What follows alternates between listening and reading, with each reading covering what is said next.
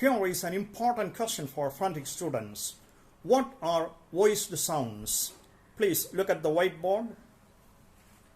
What are voiced sounds? The speech sounds during the articulation of which the vocal cords vibrate are called voiced sounds.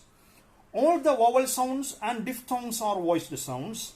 Among consonants, 15 speech sounds are voiced. They are B, D, G, W, D, Z, J, J, M, N, N, Y, W, R, L. There is an easy method for identifying a voiced sound. We must put our finger on the Adam's apple. If a vibrating sound is produced during the articulation, then it is a voiced sound. I hope you understand. Thank you.